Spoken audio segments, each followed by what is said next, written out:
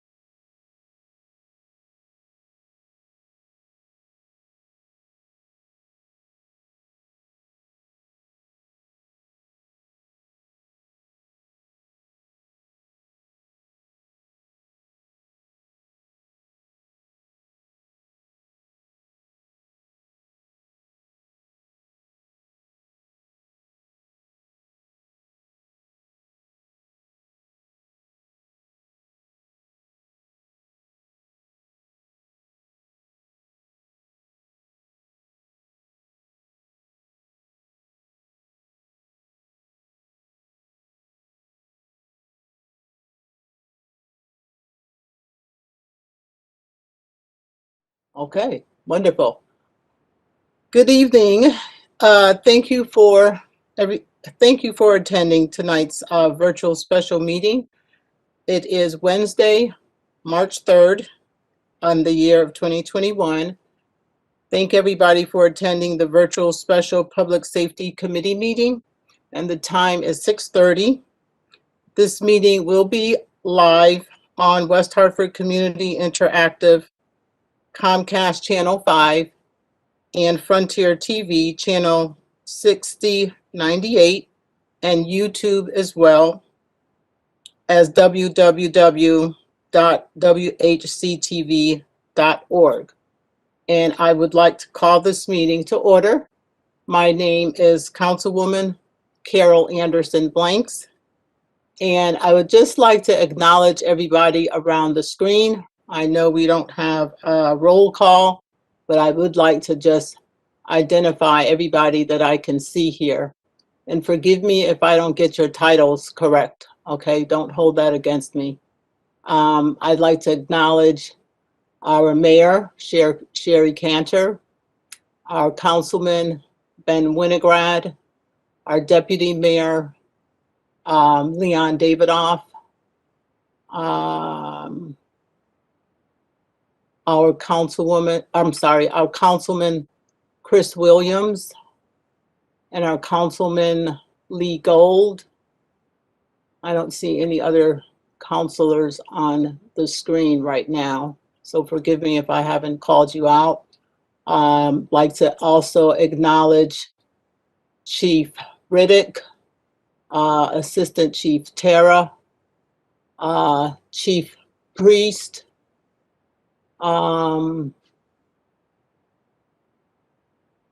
Mr. Callahan. Let's see. Mr. Roman, I believe that's Officer Nicholas Roman, and Mr. McHugh, Robert McHugh, Mr. Avarista, I hope I pronounced that correctly. Let's see. I see Councilwoman Beth Kerrigan has joined us. I'd like to acknowledge Lieutenant Daniel Maffo. And looks like we have some guests. I see Mrs. Harriet Roman. Looks like Mrs. Nick Roman. I see another Chris, AJ and Islay, I believe, and Mrs. Papaseno. I hope I got that all correct, and forgive me if I missed anyone. All right, so we're going to call the meeting to order. And we'll start with business items. And the first up is oh no, before I forget that, I can't forget this because this is very important. I just want to take a moment out, this is the point of privilege as chair, to acknowledge the number of lives that we've lost to COVID and the many residents who are and who continue to be impacted by the virus. And I believe our deaths in Connecticut is over 7,000, and in the US it's over 500,000. And I really just want to take this time for all of us to acknowledge and to remember all of the people that we've lost. And I'm pretty certain that it has impacted many of our families. If we haven't lost a family member, we may know of a friend of a family member, or many of our family members have been impacted by COVID in one way, shape, or form. So I do just want to take a moment of silence just to acknowledge and remember all of those folks that we've lost in our thoughts and prayers.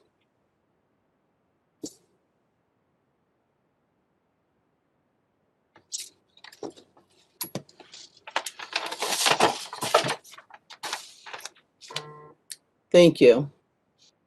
All right, so the next item on our agenda is a proclamation and recognition of retired police dog Axel and Officer Nicholas Roman. And I'm going to turn it over to our mayor, Sherry Cantor, for this proclamation. Hi, Chairwoman Blanks. Can you hear me okay? I'm having some technical difficulties this evening.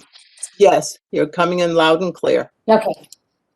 Thank you so much. All right. So this is a sad a day for us, and we mark K9 Axel, who has been such a great contributor to the force, and of course Officer Roman for his work in the contributions of K9 Axel. So the proclamation reads, whereas K9 Axel has served as a West Hartford police dog since 2012, and whereas the West Hartford Police Department has benefited from the loyal services of K9 Axel as a member of the department since his recruitment.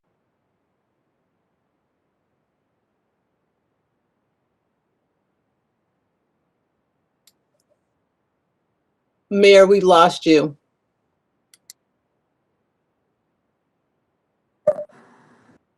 Chairwoman Blanks, I think we lost her altogether.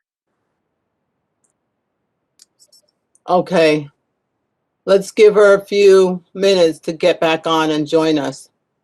As well as the apprehension of numerous suspects actively burglarizing vehicles during the overnight hours in West Hartford. And whereas though K9 Axel's mission was to protect the West Hartford community, he was also charged with ensuring both he and Officer Roman safely finished their shifts together. And whereas K9 Axel is compelled by reason of permanent partial disability to retire from the rigorous duties of active police work, now therefore be it proclaimed that on behalf of the Town Council and the residents of West Hartford, I, Mayor Sherry G. Cantor, do hereby recognize and congratulate Officer Nicholas Roman, number 297, and K9 Axel on their partnership and on K9 Axel's storied career of providing invaluable service to the town of West Hartford. Thank you again so much for all that you have, that Officer Roman has done and K9 Axel. So appreciate it very much. Thank you. Back to you, Madam Chair. Thank you, Madam Mayor. And thank you, Officer Roman and the police dog Axel. And that's a sharp looking dog there. So congratulations. All right, the next item up on the agenda is the December 8th minutes. I hope everybody had a chance to look at those minutes and review them. And is there any objection to the minutes or corrections? Okay, thank you. All right, item C, discussion concerning panhandling. First off, I do want to acknowledge Councilman Chris Williams, who forwarded and brought to our attention the Hartford Code of Ordinance. I hope many of you had a chance to look that over. And my apologies to you, Councilman Williams. I did not get a chance to, speak to you and call you back, but I just want to thank you for bringing this to our attention and bringing it forward. I know that we've had discussions about the increasing panhandling in town, and I know it's a growing concern among our residents and business owners. And so what I'll do is turn it over to Mr. Hart and our chief, where we can have a little more discussion. And I believe our, oh boy, attorney Cynthia Latour, is she? I thought I saw her on, maybe not. Okay, I'll turn it over to you, Matt.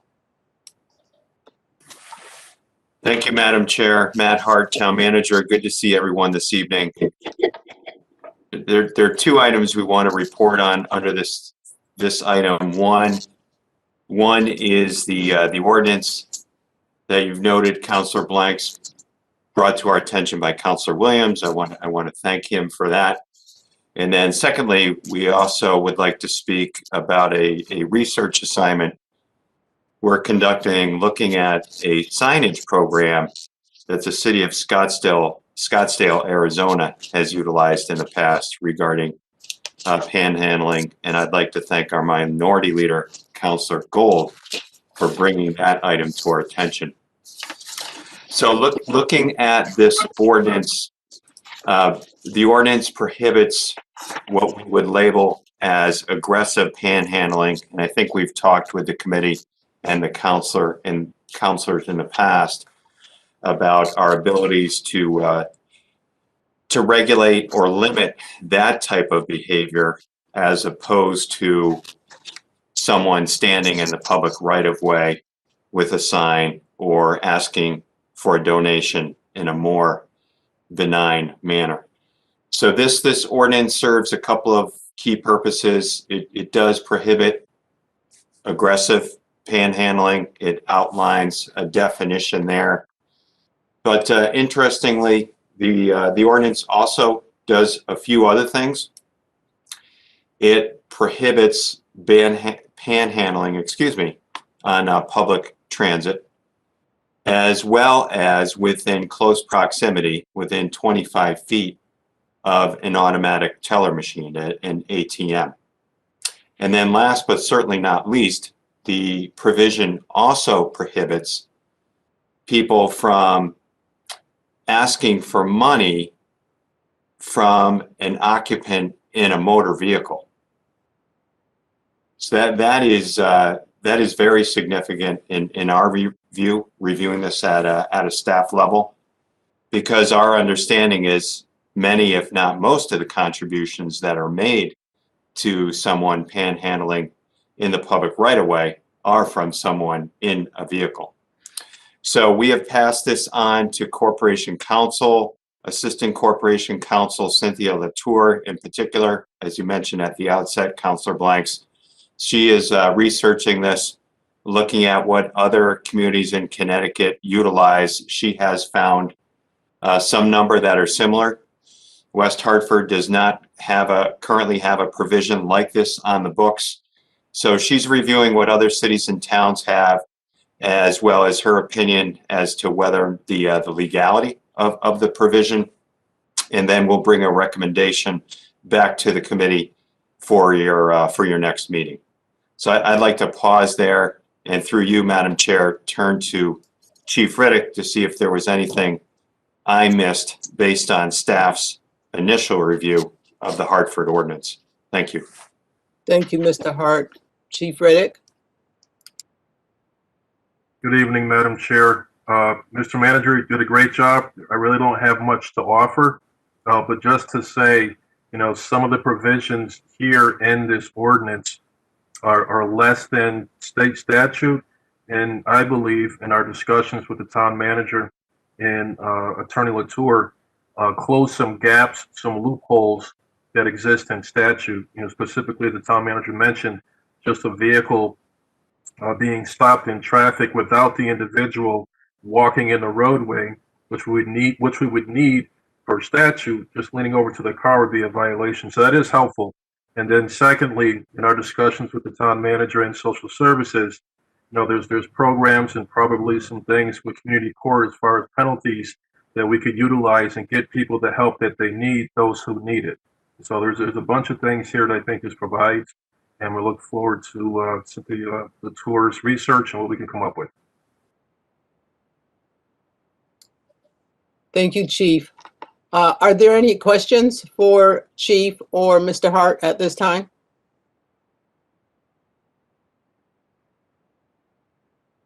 Great. Okay, thank you. Counselor Williams?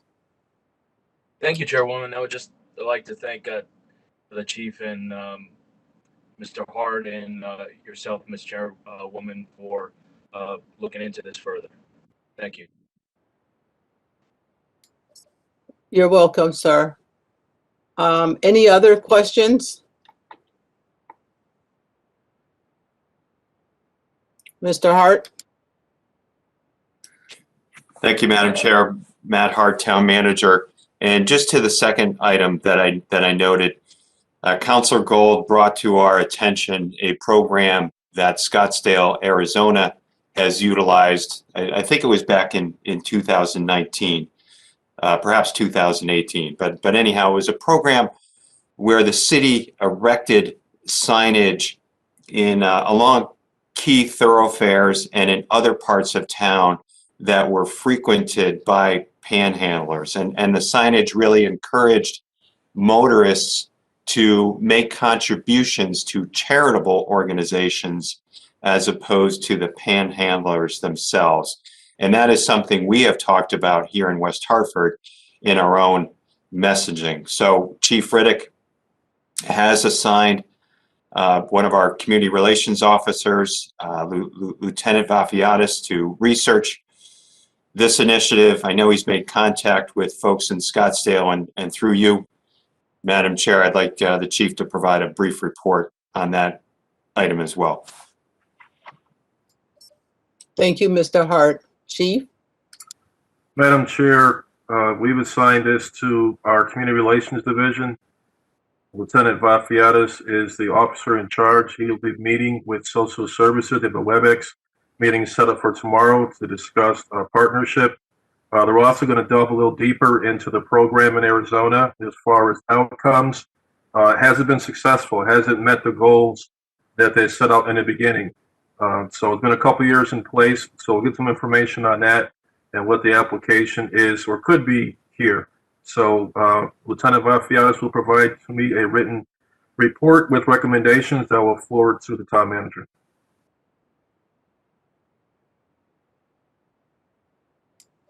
Thank you, Chief. Deputy Mayor Davidoff? Thank you, Madam Chairwoman.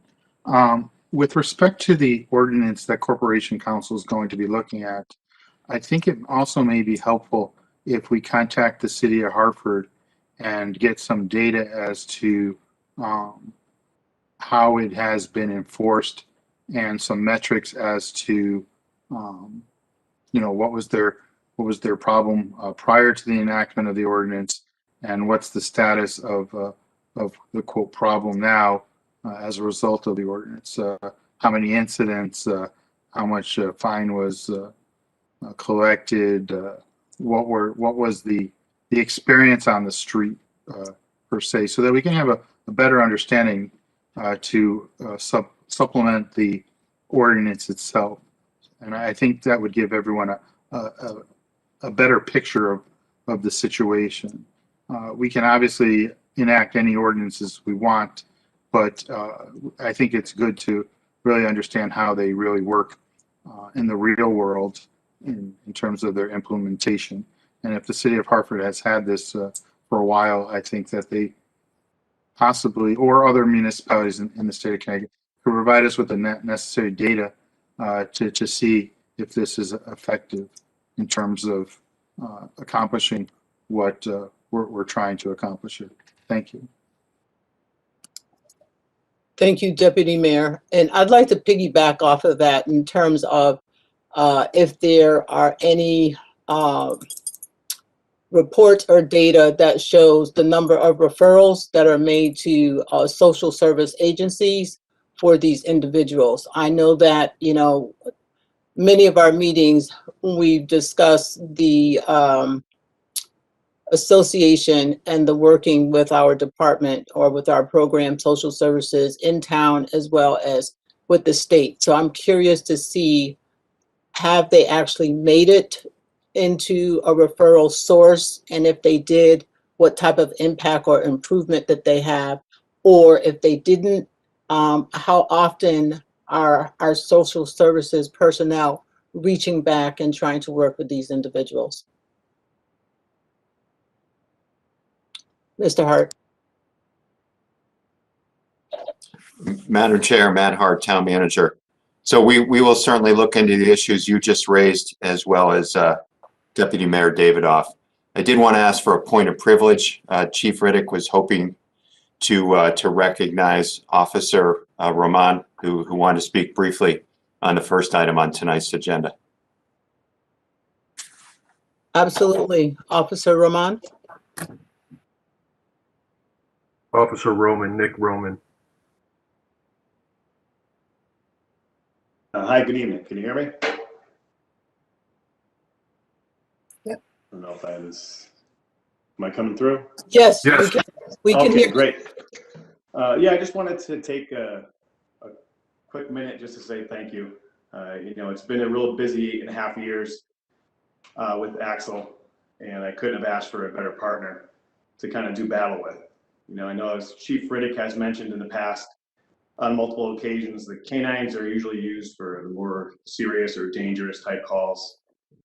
You know, and I know that there's countless times and calls we've been on that he has kept me safe, you know, and protected me from getting hurt, and times I'll never even know about. So I appreciate you guys acknowledging his retirement. He's definitely been an absolutely amazing dog. You know, I know he's made my family feel a lot safer, me going into work, having him by my side all the time. So he's definitely going to be missed, and he served the PD well. I could not have asked for a better partner. I just want to say thank you for the acknowledgement. We really appreciate it. Again, all the thanks go to you, Officer Roman, and your partner. And thank you for sharing that story, because a lot of times we kind of see the surface, but once you tell the story, we can really understand what goes along with that. Chief? Thank you, Madam Chair. Just very briefly, the amount of time and commitment that our canine officers provide, we can't pay them enough, and we don't when it comes to that. When these officers, such as Officer Roman, takes this assignment, it really is a commitment, and they spend, you know, time and resources, and these animals, these dogs, these partners become part of their family. The dedication and commitment is much more than 8 hours. Trust me, it's actually 24/7. So, Officer Roman, thank you. I truly appreciate it. The PD does. And I want to thank the town, and hope we can continue this program. There's many tracks that our dogs have done, our canines have done, to get criminals, and we need this program. It's valuable. And the individuals who take these assignments with the canines, they're special. They truly care. So thank you for the privilege.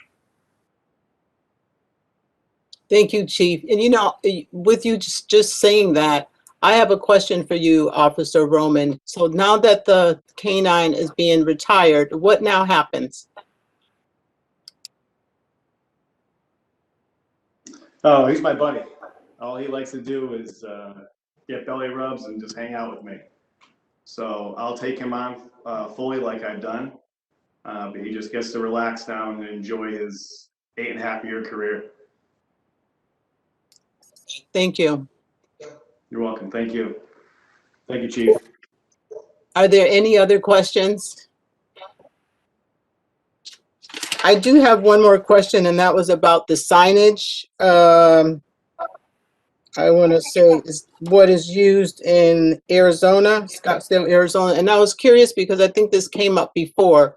So with these signs being posted where the activity of the panhandler, has there been any evidence that the signs are often just sort of picked up and sort of littered all over the place, or the reports have been that they're effective?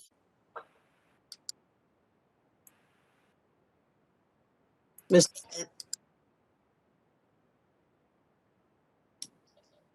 Matt Hart, Town Manager. In response to your question, Madam Chair, our understanding, at least early on, that the signage has demonstrated to be, Scottsdale's experience was favorable. Chief can elaborate a little bit more on that. And we'll have more information in our next report as well. But the initial conversation, as we understand it, was positive. Thank you. Chief, would you like to elaborate, or you're good with Mr. Hart? The town, through you, the town manager covered it. That is our initial report that we got with our initial phone call. Okay, thank you. All right, so if there's no more questions or comments, we can move on to the next item, which is item D, Fire Department EMT Recruitment Initiative.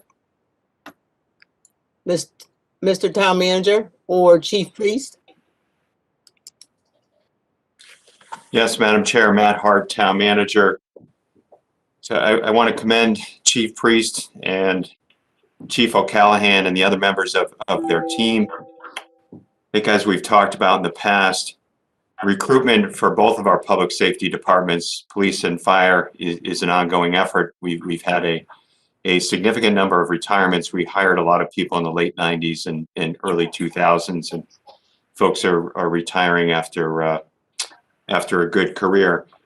But in the fire department, and Chief Priest can elaborate on the challenges with finding qualified paramedics, et cetera, as well as our efforts to promote diversity within the ranks and within our hiring. So I want to credit him and members of his team for putting together this initiative, and I think he has a short presentation that he'd like to make to the committee. So I would ask that you recognize Chief Priest for that purpose, Counselor. Thank you, Mr. Hart. Over to you, Chief Priest. Well, good evening, Madam Chair and members of the Public Safety Committee. I would ask Urida if she could bring up the PowerPoint presentation, or I'm not sure if she's given me the ability to do that. There we go. Excellent. Thanks, Urida. So we have 3 business items on the agenda this evening. I'm joined by Deputy Emergency Manager Hart and also our fire mechanic Avarista. My portion tonight, I'll be talking about our EMT initiative, and we're going to use this PowerPoint to help guide us through the conversation. I hope to be efficient with the time, but I want to make sure that we go through this slowly enough to make sure that I answer any of your questions and cover some of the points. So to frame the discussion about hiring EMTs, which is our recruitment initiative business item, right, you're right, if we can go to the historical slide, there we go. So I want to take a moment just to cover some of the history of the fire department's hiring practices, because I believe it does provide the frame around which the topic that we're talking. So prior to the year 2000, the fire department did not really require anybody to have fire experience prior to coming into our organization, and they were all sent to the fire academy. I'll take a little bit of liberty and tell you that I wasn't here at the time, but I'm working off of the information that's been provided to me by my predecessors or by folks who are still in the organization. Then in the years 2000 to 2013, as I understand it, in order to save the training costs of going to the academy, we hired firefighters who had the Firefighter 2 level of certification, and we had a little bit less emphasis on our EMS programs. But the reason why it's notable to discuss the Firefighter 2 certification is that in the state of Connecticut, in order to obtain that certification, you generally go to the fire academy in a part-time capacity unless you've been hired by a full-time organization. And the places that send people to the Firefighter 2 certification are generally volunteer fire departments in smaller communities where the diversity of the community may not be the same as it may be in an urban area. So Moving on to the years 2013 to 2015, we had a fairly significant exodus of fire department personnel that was due to the signing of a contract, and 12 of those positions that were vacated were refilled with paramedic licensed candidates, which set us on the path to be able to implement the paramedic program in 2016. But what is notable is since fiscal year 2013, based upon the information that I've received from Human Resources, we've hired nobody who did not have, we've hired no one without the paramedic level of certification. So that's a very significant period of time where we've had a minimum requirement of being a licensed paramedic to be able to come on to this to our department. So I use the term justifiable methodology in the bullet point, and the reason why I believe that that's important is when we're running a paramedic service, it's important for us to have enough paramedics to be able to meet the needs of the organization, but also have sufficient bandwidth so that we can make sure that we're sustaining our paramedic program through the deployment of apparatus. If you recall, in the early years, we were running a fully apparatus-based deployment philosophy, meaning we had 5 paramedics on duty at a given time. And the reason why we were hiring paramedics is because we were staffing every apparatus with a paramedic, but also our union contract calls for people to keep their paramedic for 10 years unless they get promoted, and our personnel are able to be promoted at 2 years on the job. So we were trying to have sufficient amount of paramedics. So we'll go to the next slide, Urida. So I'll note that I left you a typo in my PowerPoint. I arrived in our organization in November of 2019 as the fire chief, not 2009. I apologize for that, but we've conducted numerous hiring processes through HR during that period of time. At last count, I believe there were 8 hiring processes, and we have 2 that are active right now. Our candidate pools have been decreasing steadily. I'll just say that anecdotally. We could give you the more numbers, but there's just a reduced amount of candidates who are applying for these positions. Now, that could be because of our elevated entry-level criteria, because we were asking folks to have firefighter 2 and paramedic licensure. We also face employer competition, meaning there are other similarly postured departments like the West Hartford Fire Department who are seeking cross-trained firefighter paramedics. And what we generally recognize is that a combination of those factors have put into place some barriers for the diversity of our candidate pools, which is affecting the numbers and the diversity. So despite, I believe, approximately 29 people hired since 2018, we are still unable to fill all of the vacancies that we are losing due to attrition through either retirements or separations. Our increased vacancies obviously leads to increased overtime. And the way that the fire department fills their overtime and pays for the overtime, when there's a reduced total amount of staff available to work the overtime, we also have a compounding effect where we pay a higher rate. It's called FLSA overtime. So it means that employees that work a higher amount of overtime, once they higher numerical amount of hours of overtime, they then get compensated at a higher rate for that. Next slide, if you would, Urida. So over the course of my tenure, several things have happened that I think have changed our conditions, which is the first, we signed off on a contract with the blessing of the council, which we appreciate, where we were able to then redeploy our apparatus, our paramedic program, into a non-apparatus based system where we were using light duty vehicles to be able to provide the paramedic service. The Fitch study on efficiency and effectiveness provided some reassurance on our staffing minimums, but it also gave us some insight into the amount of paramedics that we could potentially use on duty or that we actually needed to have on duty. Then the pandemic struck. We put into place several emergency protective measures in response to the pandemic that accelerated our redeployment, where we were then putting 3 intercept vehicles out on the road, which improved the safety of our personnel. We were also employing a scout model. This was to keep the smaller number of personnel from having to contact patients with COVID. And we redeployed several staff members into administration, which improved our data gathering abilities, but it also improved our planning capabilities because we were looking at how this pandemic was affecting our community.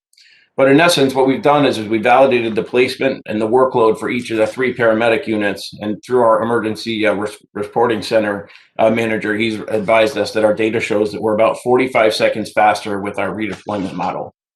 So next slide, if you would, Rita.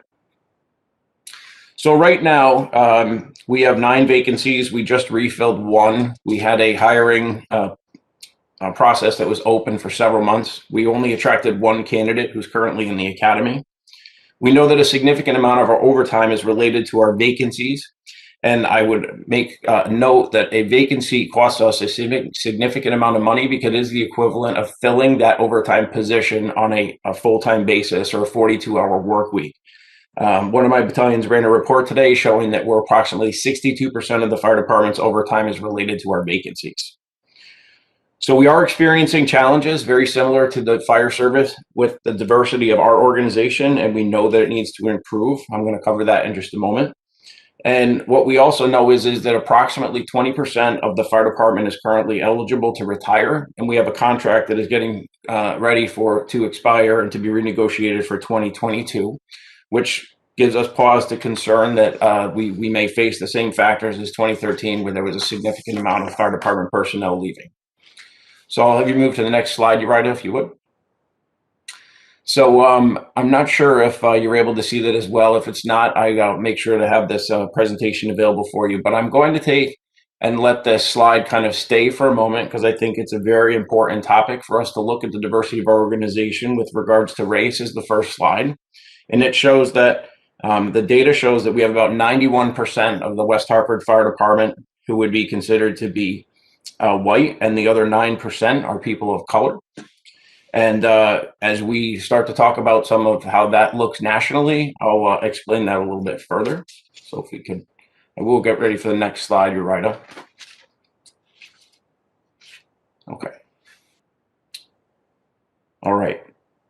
So as we come out of the end of Black History Month and entering into Women's History Month, I was honored to have somebody that I respect greatly in our organization forward me an article from the New York Daily News that talked about how there's only 6 acting or sitting Black female fire chiefs in the United States, and 6 of whom are in retirement. I think that it's just interesting data. We have to improve as a fire service and look at this. And just this morning, the United States Fire Administration, in recognition of Women's History Month, produced an article that said that 8% of the fire service is comprised of women, but only 4% are in the career ranks. And that's I believe that the U.S. Fire Administration was citing a 2020 NFPA study that said that 78% of the fire service is white, non-Hispanic males, and that the other 22% are female or persons of color. Now, if you look at the slide, and I apologize for the maybe I should have made it a little bit bigger, but when we look at the West Hartford Fire Department's race and gender combined, we see that 85% of the fire department is white male, and my commentary on that is perhaps we are better than we were yesterday, but we really need to be better tomorrow. And I think that we can do better. And I see that we have some opportunities in front of us where we can improve. So I'd like to talk now, moving on to the next slide, how some of our current recruiting efforts are in play. So the first is, I'd like to acknowledge the mayor and the council and the manager for their support. Shortly after I was hired as the fire chief, we restarted hiring folks and then sending them to the fire academy so that they did not require a basic level of fire service training. So that removed the barrier of having to have a certification that would have been obtained through the volunteer fire service. We've also worked to create an open and continuous hiring process where it's open and people can continue to apply. We are still looking for licensed paramedics and certified in the fire service as well, but we're trying to make the process as efficient as possible. We formed a diverse recruitment committee for the purposes of developing new outreach materials. We strategize recruitment locations, and we're looking at the future fire service trends in addition to the current trends on improving diversity, equity, inclusion inside of the fire service. We're conducting outreach in our paramedic schools with great kudos to Chief O'Callahan, who's on the line. He started an intern program with the University of New Haven. We have 2 interns in there, and he's really moved forward a paramedic ride-along program where we're able to bring in paramedic students into our organization and allow them to ride with our paramedics. So this is an opportunity for us to recruit at the same time as kind of seeing how they would fit into our organization. No need for me to read the other bullets for you, but I'll get towards the last one, which is to encourage our department members, to engage the public and their peers and other folks in this organization to come and join our fire department. Certainly with the pandemic, our bike teams, we have a lot of outreach, and we're hoping to draw some attention to our fire department. Speaking as a career chief, what I would say is this is a topic of discussion within the career chief ranks. I'm very interested and active in that discussion, and we're continuing our partnerships with our local agencies, our local partners in the fire service for how we can do better. So since 2018, our hiring results, based upon the information that's been provided to me by HR, appears that we've hired about 28% of our hires since 2018 have been either female or persons of color.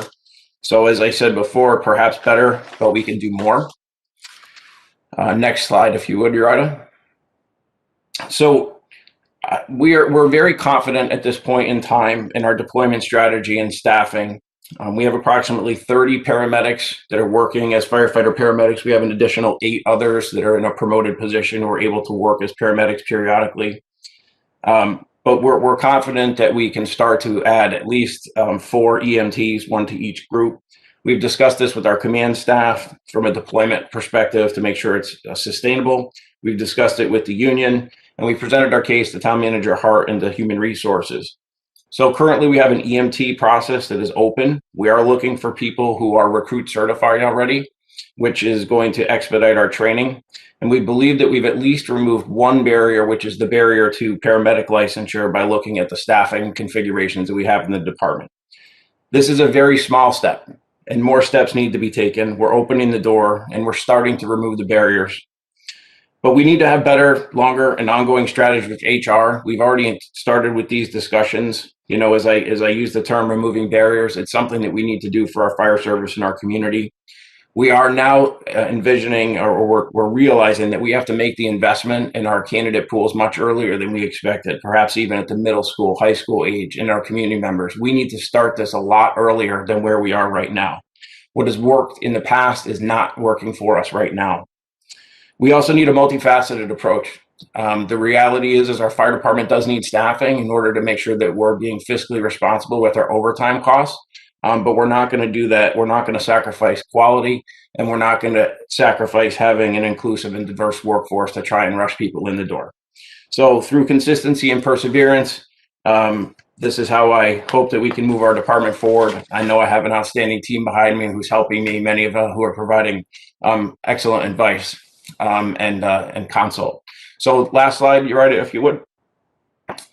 So we are a great department, and we have great employees, and nothing that I've said tonight hopefully has insinuated anything else other than that. We want to be better, we can be better, and we're taking the steps to improve. I would note that our paramedic level of care is very important to our fire department mission, and we need to find a way of sustaining that as well. We know that the vacancies increase the cost of the department, but we're employing multiple options to try and refill them, including our EMT initiative, which you just heard a moment ago. And then lastly, our current staffing level, meaning our level of vacancies and our potential requirements, I firmly believe is an opportunity for us to attract and retain a more diverse candidate pool and workforce as we move forward into the future. So with that, Madam Chair, I'll pause. I'll turn it to you or Town Manager Hart for questions or anything else that I may be able to answer before moving to our next business item. Thank you, Chief. Does anybody have any questions for Chief Priest?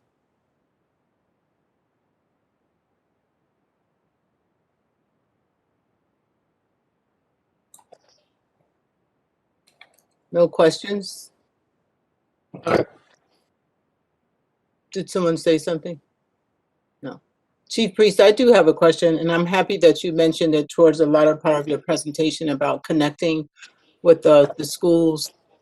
You said middle school, but I was actually thinking more of our high schools. I won't say how long ago I went to school, but especially when we look towards the future and we see that our force, or our workforce pool is diminishing, and I think about our high schoolers, and I think about the cost of our college education and how it continues to go up, and how this could be another option for some of those students who perhaps may not be ready to go to college, who don't want to go to college, but really don't have, that idea of what a firefighter does, because it's not what they used to do way back in the day. There's more functions that the firefighter does and the opportunities for growth. So I was just happy to hear you say, that that's something that you would think of doing as we go forward, and also put that little carrot in our younger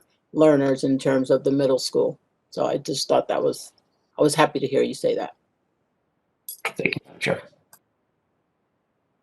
Anybody else?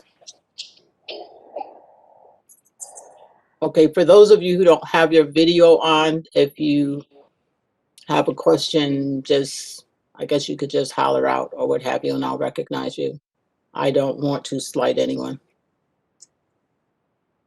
I have one comment. I was really honored to, you probably know Chief Shelley Carter. She's done a lot of work with women firefighters and camps, and there's been a wonderful, some wonderful high school programs that have recruited women into the field, and especially adding the paramedic service has really been a plus. So I really enjoyed your presentation, and I really appreciate the perspective and the challenges that you've had, and the progress we've made, and the goals that we want to meet. So thank you very much. Thank you, Mayor. Thank you, Mayor. Does anybody else have any comments or any other questions before Chief Priest moves to the next agenda item? Chief Riddick. Thank you, Madam Chair. I just want to commend my colleague for his forward thinking, his thoughtfulness, and really trying to make a difference.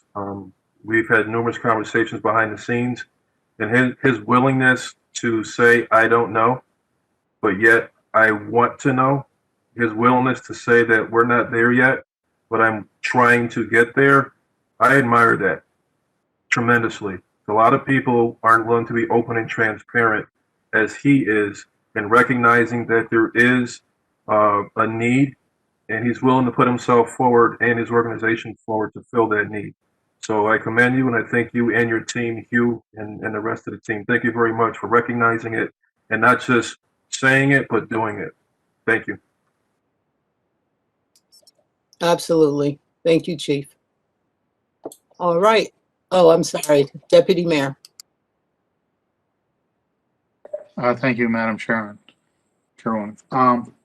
Do you think it would be possible that we could get some information as to what resources you would need, Chief, in order to be successful in reaching your goal of not only having more candidates, but having more diverse candidates to fill the positions in our great fire department?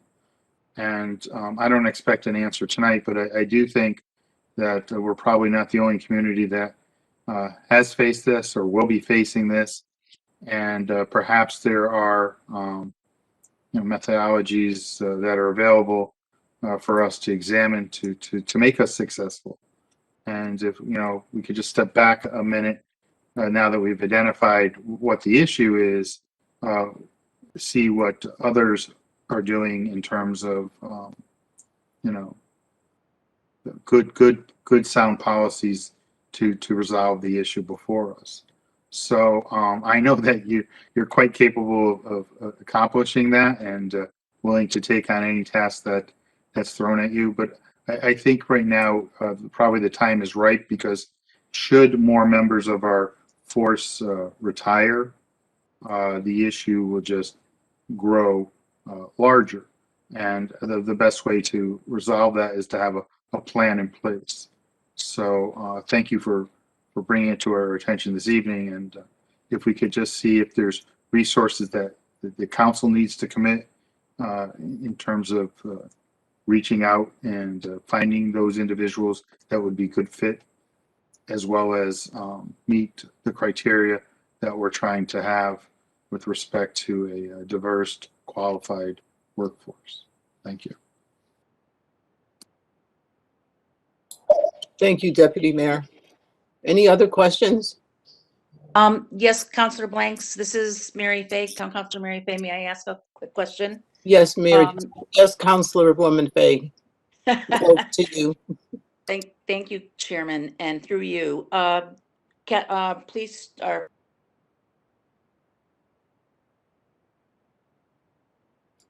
but I gotta be, Counselor, we lost you, so repeat what you initially started out with. Somehow you cut out. okay, can you hear me now? Yes. Can you hear me? Okay. I don't know why I don't have trouble except when I'm on these calls.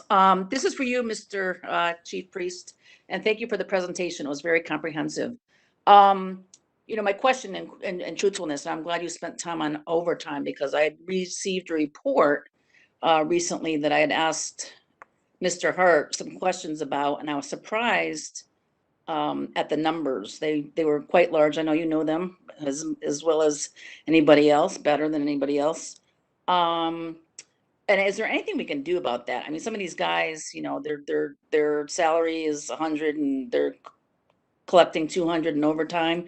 I was wondering if you had a process so that it's, equally and fairly spread around, or there's a kind of a control over that. I just see that as being problematic if we're gonna have to budget for a huge number like that until we solve the recruitment and other problems. And then I also remember looking at the report that we got from the consultants, and I thought by moving to this 24-hour shift that you had all sold us on as being a great answer to staffing, that we wouldn't see these ginormous overtime numbers that we saw in the most recent report. So that's my question, and what we do to help. Thank you, Councilwoman Fay. Mr. Hart, I see your hand up, so would you like to respond first? Yes, thank you, Madam Chair. Matt Hart, Town Manager. Thank you, Councilor Fay, for your question. I am meeting with the chiefs this week to discuss that matter in more detail, and would be more prepared to discuss it with the committee at your next meeting. However, I would say, and as Chief Priest pointed out in his presentation, most of our overtime usage is related to the large number of vacancies that we've had, the large number of retirements that we have had, causing our vacancies. If Chief Priest would like to just briefly expand on my comments, Madam Chair, I think that would be appropriate, but I would suggest we could discuss this at a future meeting in more detail. Thank you, Mr. Hart. Chief Priest, would you like to respond as well?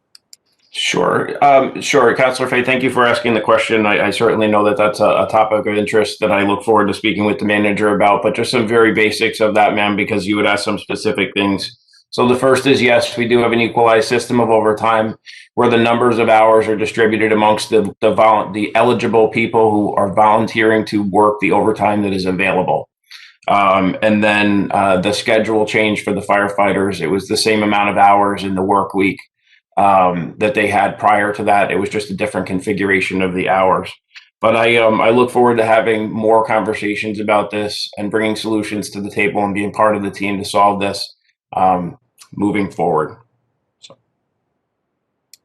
Thank you. And whoever's doing the numbers or the analysis, again, Mary Fay, Town Councilor, through you, Chairman Carolyn Blanks, can you do something with some of the pension calculations? Because I'm overly concerned, maybe, until we see what the impact here, but not knowing all the staff intimately, if some of them are close to retirement and the $300,000 salaries are counting towards that, I think we're going to, face some repercussions down the road when we just spent an awful lot of time and work, the staff did, on putting together the pension bond obligations. So I'm just very sensitive to overtime. It was one of the areas I had to manage for my employees, thousands of employees, and I know it can easily rack up and lead to problems down the road. And I apologize for not having my screen down. You can probably tell I'm under the weather, and I just didn't have my screen on. So thank you for answering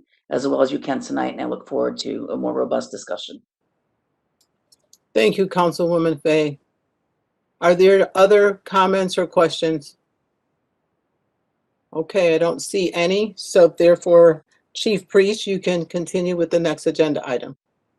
Thank you, Madam Chair. And as we move to the next agenda item, I would just say I'm very humbled by the remarks of my colleague, Chief Riddick. And I just thank you to my members of my staff and to Chief Reggie Freeman from Hartford, who I've had numerous conversations about this with him. So thank you for the support as we move on. It's an important topic. So next up is Deputy Emergency Manager Bob McHugh, who will go over our CERT team. And if he wants to have a PowerPoint presentation up that just shows a picture of CERT, he certainly can. If not, we can keep the PowerPoint down and he can just talk. It's up to you.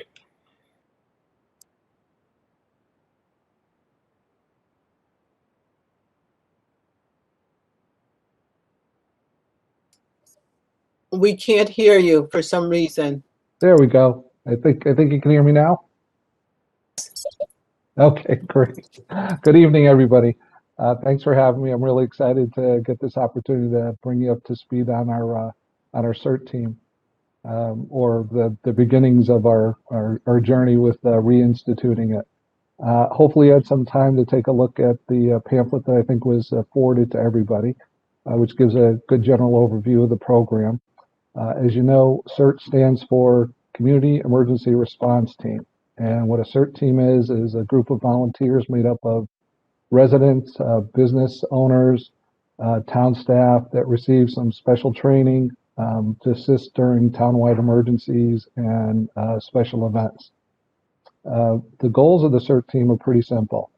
The first and the foremost is to really increase preparedness of the community for during a time of an emergency. And the better prepared that we can get our residents, the less drain they'll be on public safety during the time of an emergency. So they assist us there. The other thing we look for a CERT team to do is be a force multiplier during a time of emergency, so that they can relieve public safety officials or DPW or other folks that are really vital to respond to an emergency. A good example of this would be during the most recent tropical storm. When we had opened up the command post, we had to have a police sergeant actually calling in telephone poles and wires that were down. Whereas if in the future we were able to utilize CERT members to do that, that sergeant's now relieved to go back out on the street where they're probably more needed than calling in downed wires. And the last goal of a CERT team is to increase community engagement, is to get the public involved with the government, give them a sense of connection to the town, and to give the town officials and government a better sense of connection with the residents. Now, we actually had a CERT team back in 2009. Former Fire Chief Bill Austin had organized a team. They were very active. They assisted during the October snowstorm in 2011. But with his retirement, it kind of became inactive and haven't really been used, haven't been organized in years. So when I was brought into the Office of Emergency Management, Chief Priest asked me to look into reinstituting the team. So we wanted to make sure that we had good involvement with everybody and that we could create a team that had some longevity. So we created a work group, and the work group consisted of town employees from virtually every department that we have. We brought in Chris Condon from the Chamber. We were also very fortunate to get two residents to get involved. One is Owen Kutcher, who's a 2018 graduate from Conard High School, currently going to University of New Haven for emergency management, who's been volunteering to help out and form the team. The other is Becca Garrison, who actually is a resident that got her training in CERT in New York City. And her father, Les Garrison, was one of the founders of the CERT team down in Arlington, Virginia, that was formed after 9/11 when the Pentagon got struck. So they've been instrumental in helping us form the team and are actually our two first members, even though it's not official yet. Though the team itself will be assisting in emergencies and different town events, each CERT team needs to have a specialty that's required by the state in order to get some funding for it. So this CERT team will get special training in emergency shelter operations, so that if we do have another 2011 snowstorm, we'll be able to get these shelters up and running. We've also reached out to our partners at Demis and Krog. And through that, we learned that the state will actually support local teams with a $2,200 grant each year for training and equipment, which will be very helpful. We've established an email for the team. It's very simple to remember. It's simply CERT, C-E-R-T, at westhartfordct.gov for anybody that's interested in getting more information. We hope to get our webpage up shortly and begin recruitment within the next couple of weeks and get our training done or started by the spring and get the team deployed by early summer. So I hope that gives you a general overview of where we are and how we got here. Be glad to answer any questions that anybody has about the program.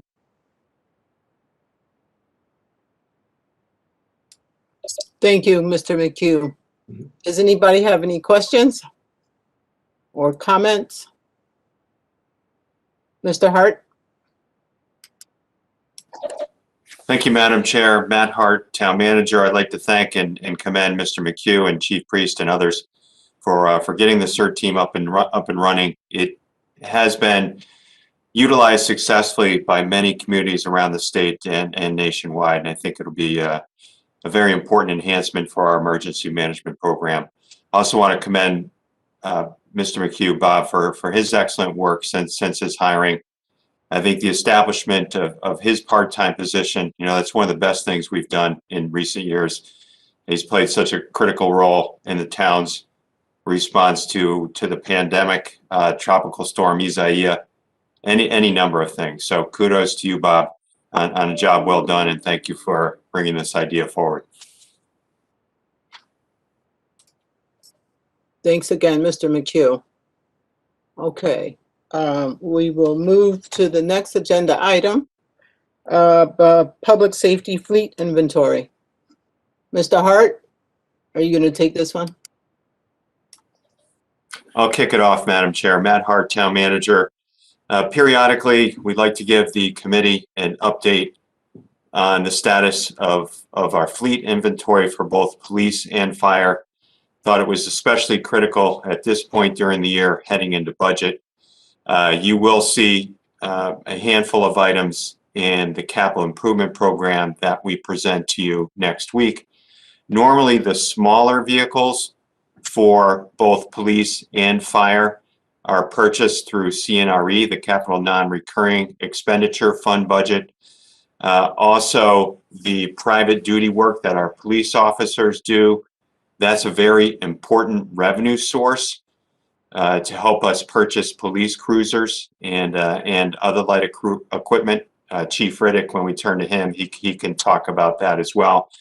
And then, as you can imagine, we have any number of larger fire apparatus, very costly, very valuable pieces of equipment that we purchase largely through the issuance of general obligation bonds.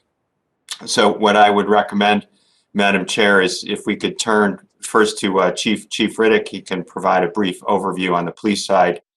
And then after he's finished, we could turn to Chief Priest and Mr. Avarista to talk about the fire department components. Thank you. Thank you, Mr. Hart. Over to you, Chief Riddick. Madam Chair, the West Hartford Police Department, currently our fleet consists of 77 vehicles. According to DPW's assessment, we have approximately out of those about 22 that are categorized as fair or in poor condition. So it goes without saying, but I'll state the obvious.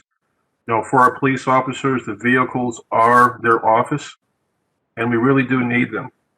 In 2018, we didn't get any vehicles. 2019, we got 6, and 2020, 7, and thus far in 2021, well, these are fiscal years, I'm sorry, these are all fiscal years. And thus far, we have not received any.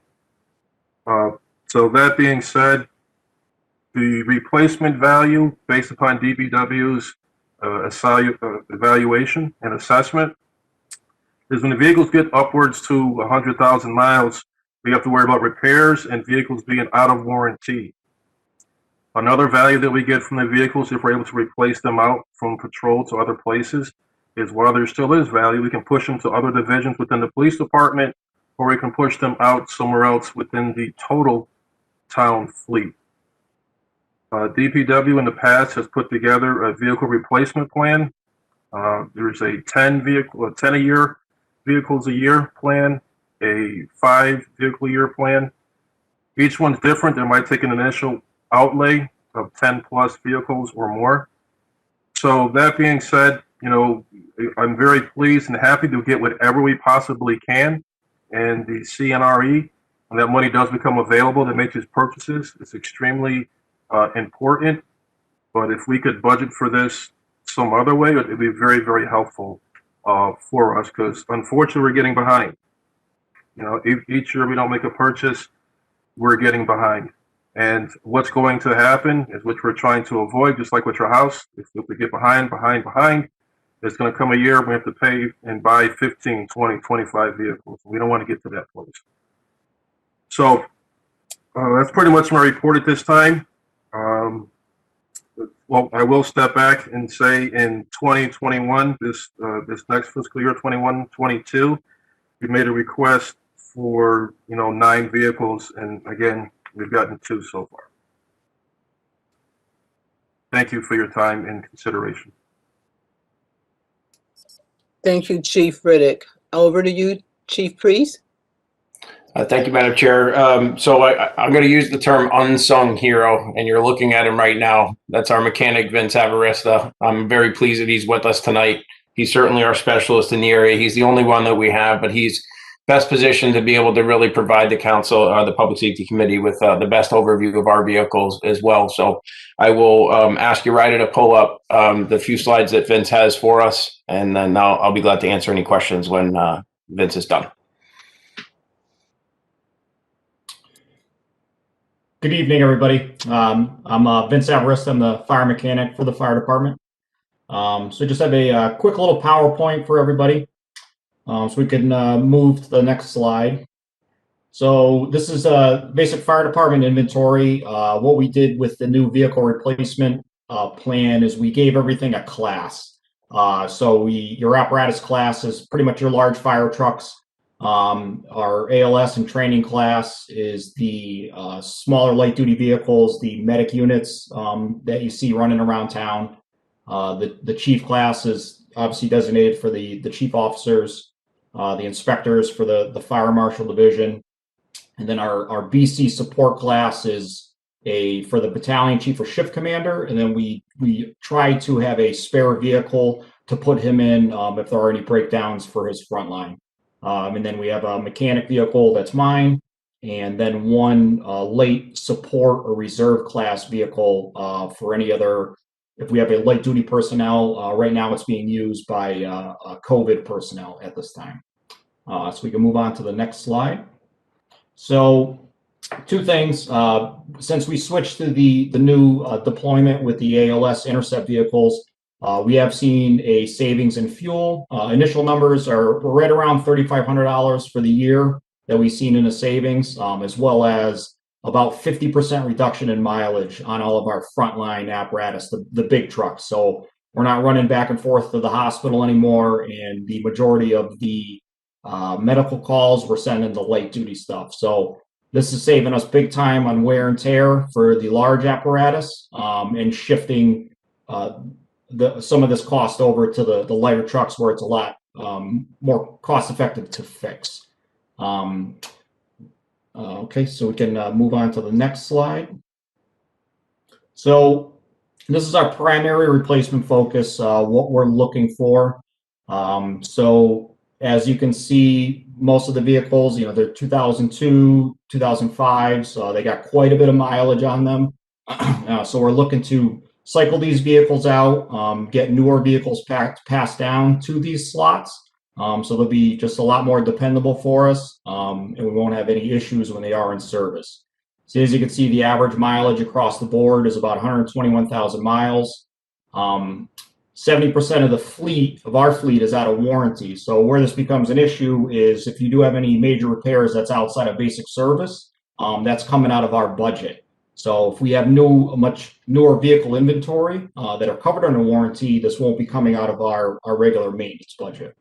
And lastly, just to have that professional appearance when you do show up to the public, where they see, a decent vehicle that's showing up on scene or coming to perform inspections. Lastly, with this, we do have Bob McHugh as our deputy emergency manager.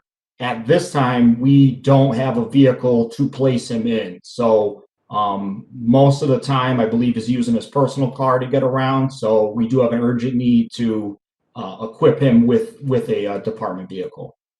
We can move to the next slide, please. So these are the three that we're focusing on at this time. We have an 05 Excursion, which was the old battalion chief vehicle that was cycled out for a 2014 expedition. The mileage is up there. It's got an outdated lighting package. The body is starting to rot in certain areas, so we'd like to get this replaced. And then we move on to a 2002 Ford Taurus. This is our interceptor vehicle. So the Fire Marshal's Division sends inspectors out to this. They perform regular inspections. So this is out quite a bit that the public sees, and it's definitely up there in mileage as well. Outdated lighting package, very worn exterior as well as interior. So we're looking to get this thing replaced pretty soon. And then we come lastly to the 2002 Chevy Astro, which we use for COVID personnel at this time. The CRO we have in there, Troy Shipley. And same thing, mileage is way up there. We can move on to the next slide. So here is our Medic 21. This runs out of Station 1 on Prospect Ave. This was the old battalion chief vehicle that we put into play as a medic response. So this vehicle is purpose-built for a battalion chief, not so much for two firefighter paramedics to be running around with gear, air packs, and tools and everything. So as you can see by the pictures, we have this thing, pretty much stuffed to the gills. It's everything that we need to carry for OEMS is put into this vehicle, and we make it work from day to day, but it is a hassle. And we'd be much better suited switching to a pickup style like we did with last year's purchase of that ALS pickup. And the other thing to go with this, lastly, since this was the old BC vehicle, what we're trying to do is to take this and put it as the spare BC because it's set up for his use. So if there's an issue with the current BC vehicle, we can easily place him into this and not have to worry about anything. Next slide, please. So this is our current layout, what we have. So we have car 3, is a chief class vehicle, car 31, which is our EMS officer, and then Inspector 2. So this is what these guys drive around in every day. And then you see Medic 21, and then car 38 is that spare BC vehicle that I was speaking about, which also is used as light duty or for COVID personnel. So if we move to the next slide. So with a chief class vehicle, if we have the ability to purchase that new Tahoe that we would stick with, it would go into a chief class spot. So car 3 would get replaced. Now go to the next slide.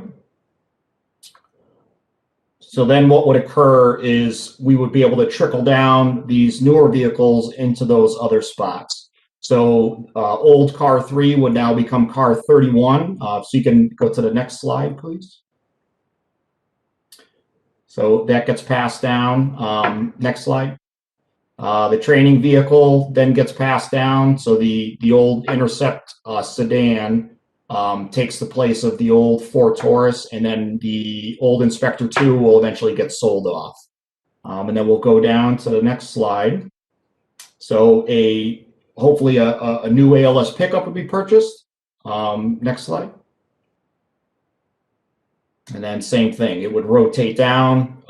Medic 21 currently would get pushed down into Car 38's position, which would be our light duty support class, and then the spare BC vehicle. And then old Car 38, which is the Red Excursion, would get sold off. And we go to the next slide.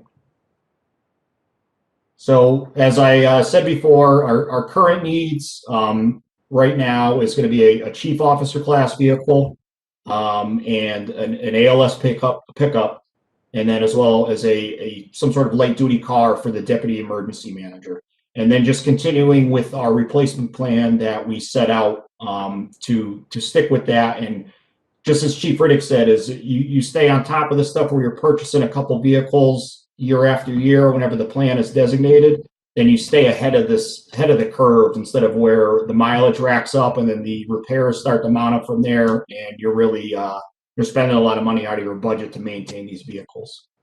So that's all I have for the slideshow. If anybody has any questions for me.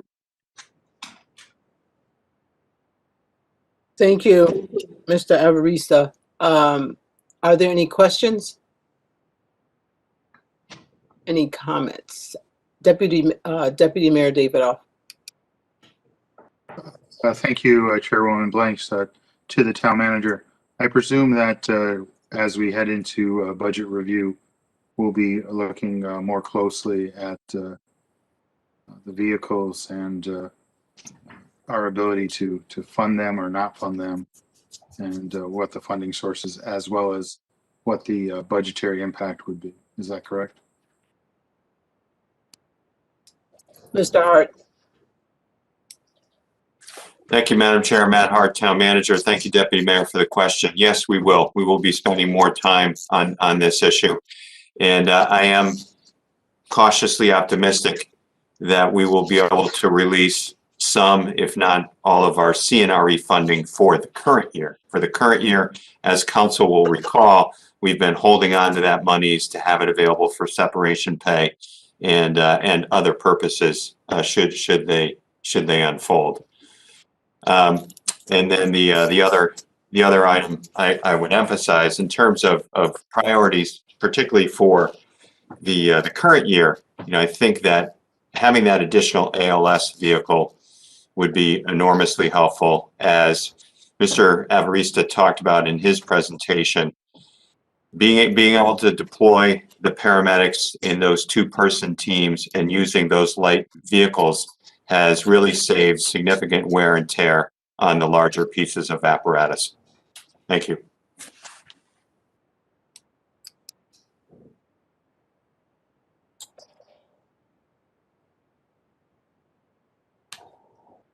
And Vinny, thank you very much. Well done for your job in front of Public Safety Committee. All right, thank you very much. Have a good night, everybody. Thank you, Mr. Avarista. Okay, we'll move on to the next agenda item, which is communications. Madam Chair, no additional communications this evening. We can move on to staff reports. Thank you, Mr. Hart. So before we move to staff reports, I just want to take the privilege to really shout out to our members of the public safety, both the PD and the fire department. I want to say the new year has just really greeted you with so many issues that you have really you and your team have really stepped up and put the residents' safety first, and have, between battling our recent fires and some other safety issues in town, I just want to commend you and your staff, as well as town staff, for really showing what you all are made of and why we're all proud to live here in town. So I just publicly wanted to make that statement. So with that said, I'll move right into the staff reports, and I believe Chief Priest, you're up first. Thank you, Madam Chair. You've heard quite enough of me speaking this evening, so I will keep my staff report very brief. Thank you for acknowledging the recent fires. There have been, since the last time I was in front of the council, at least off the top of my head, there's been 4 very significant fires, 2 of which regrettably have involved the loss of life. We've had a major fire on an enormous residence down on Prospect, 5,000 square foot, and we've also had an apartment fire. I'd like to commend my team, both in the operations division led by Chief O'Callahan, for their performance at those fires, but also I'd also like to acknowledge that, Chief Cinzigali and the Community Risk Reduction Division weighs in very heavily on this, because through enforcement of standards and codes, this is how we limit our big fires from getting started in the first place, and good codes prevent them from spreading. So in other highlights for the fire department, our ARCH program in consultation or in collaboration and partnership with the health district has been very successful. That's continuing to run. We'll continue to support that portion of our population. Our outreach and support related to the pandemic is ongoing and continuous. We're continuing to try and build some programs and relationships to make sure we're reaching all members of our community to help them get vaccinated. Our EMS and training divisions are working incredibly hard, whether it's new people or fighting the pandemic from a medical response perspective. And in our fire marshal's office, Chief Cinzigali is working very hard on our pilot program for the NFPA community risk reduction, and that dashboard information was made available to us about a day ago or so. And I'll close out my report with a word of congratulations to Fire Inspector Marsha Adele, who recently completed her certification training for codes and standards, and she's now a fully fledged fire marshal, deputy fire inspector for the town of West Hartford. So very pleased with her. Chief Cinzigali's laughing at me that I was managing to butcher her position title, but we are proud of her, and I'm proud of the organization. Thank you, Madam Chair. If you have any questions for me, I'd be glad to answer them. Thank you, Chief Priest. Any questions for Chief Priest? Councilman Williams. Thank you, Chairwoman Blanks. It's Chris Williams, West Hartford Town Council. Thank you, Chief Priest, for the presentation, and also for members of your department who have presented tonight. They've done so eloquently. Just a question following up on the fires. Appreciate the department's response to them. It does seem like there's been an uptick in structural fires, but I don't know if the data supports that. Has there been? And if so, do you see any common thread to why there may be an uptick? Just as a layperson thinking people are home more or what have you, but those are my questions, and thank you, Chief.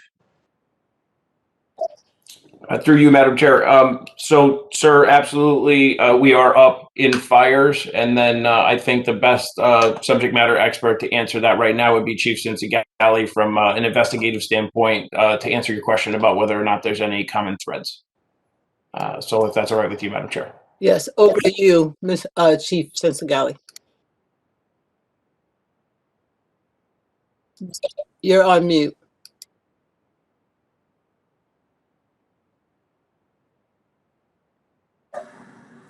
Assistant Chief Cinzigali, you should see a pop-up where it allows you to unmute your device. Okay. I'm sorry, I was trying my mute button and it was locked.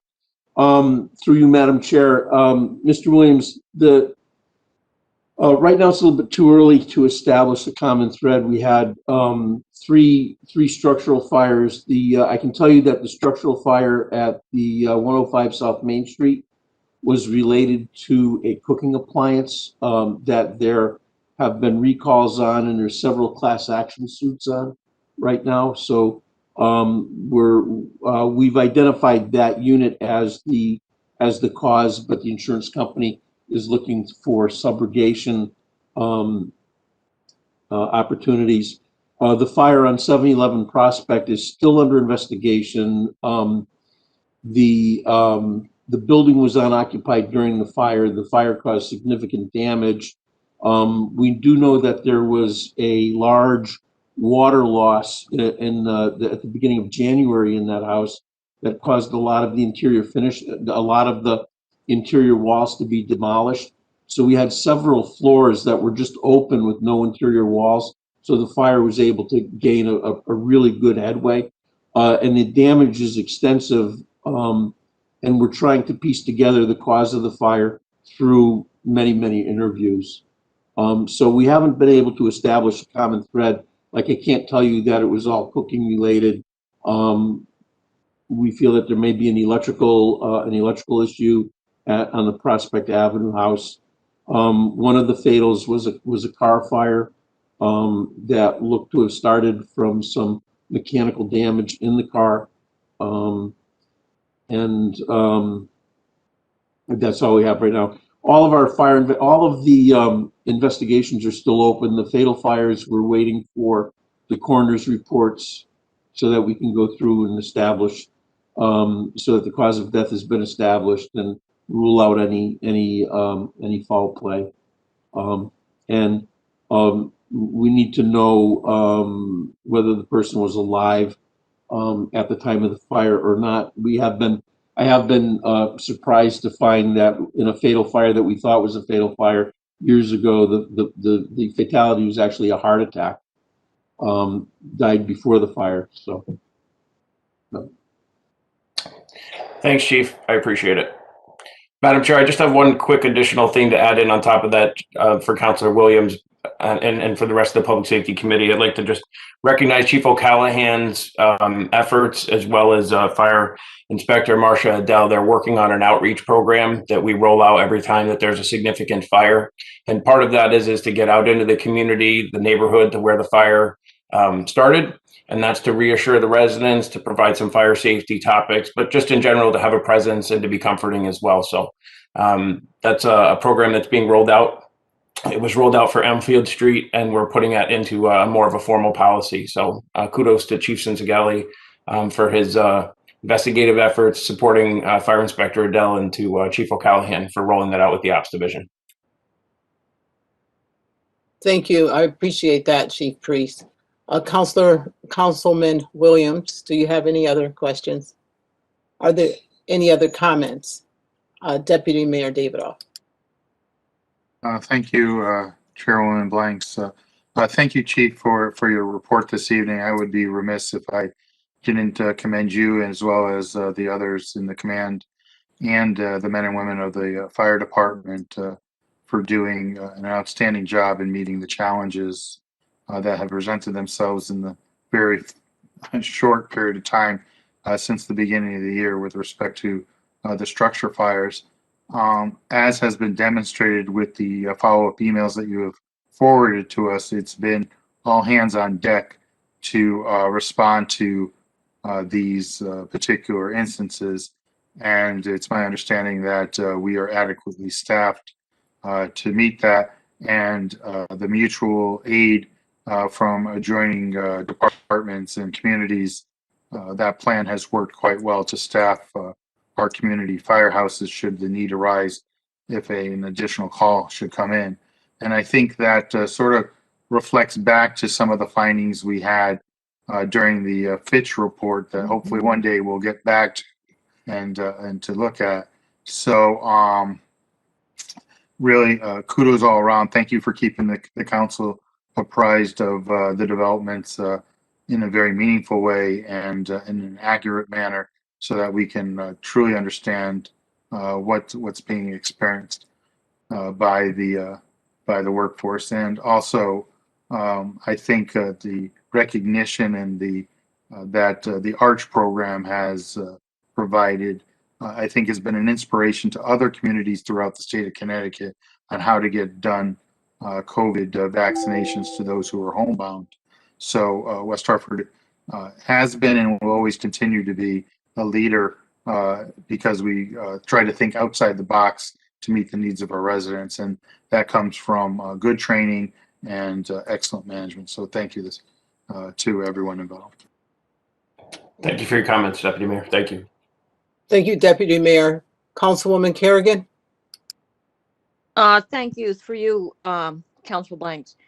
You mentioned that there was a recall on the kitchen appliance that may have caused that fire.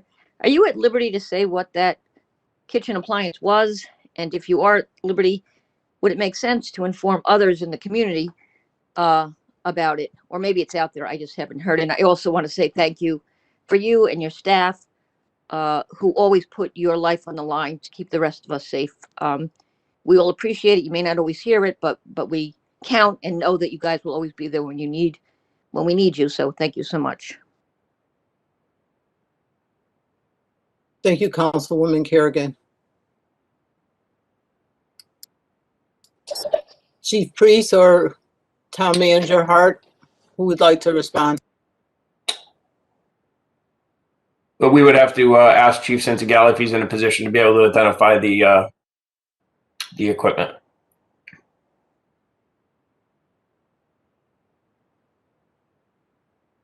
You're right. If we could send him the unmute.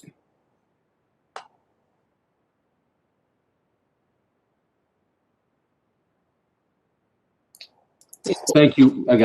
Thank you, Madam Chair. Without naming the actual brand, I can tell you that it was an air fryer. And there are some, and if you Google the air fryers, you'll be able to find that there's been several reports of fires starting from these units. So we're just waiting for some further documentation. We can attribute the fire to the air fryer, but I can't tell you exactly what happened to the air fryer or whether that condition that caused the fire was a result of something that the class action suit is about. That's going to take some engineering that the insurance company is providing. But it was an air fryer. Okay, thank you. Any further questions on Councilwoman Kerrigan? No, thank you so much. I was concerned that's what it might be. We just purchased one and loved it, and so now I'm a little nervous, but thank you so much. I appreciate it. Thank you so much. And I think that's also important and speaks to that training program that you mentioned, Chief Priest, in terms of that initiative that I think Chief O'Callahan and what's her new title? Fire Inspector Adele. Deputy Fire Inspector Adele. Thank you. Okay. If there's no other questions and comments, we will move to Chief Riddick's report.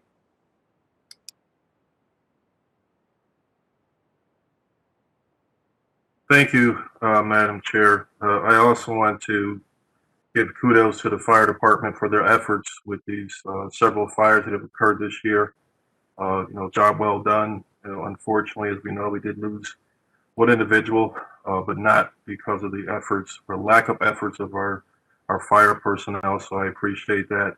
I'd also like to acknowledge the efforts of our police officers at several of those fires too. Even with the one, unfortunately, when someone passed away, one of our officers, Officer Dickman, helped pull one of the children who was an adult child, out of the house, and then one of the firefighters assisted with that. And then with the fire on South Main Street, we had two officers, Bedoy and Cheater, who went inside smoke-filled multi-level apartment buildings to pull people out just prior to the FD's arrival, and then assisting and getting out the way once the pros got there. So I want to acknowledge their efforts and appreciate that.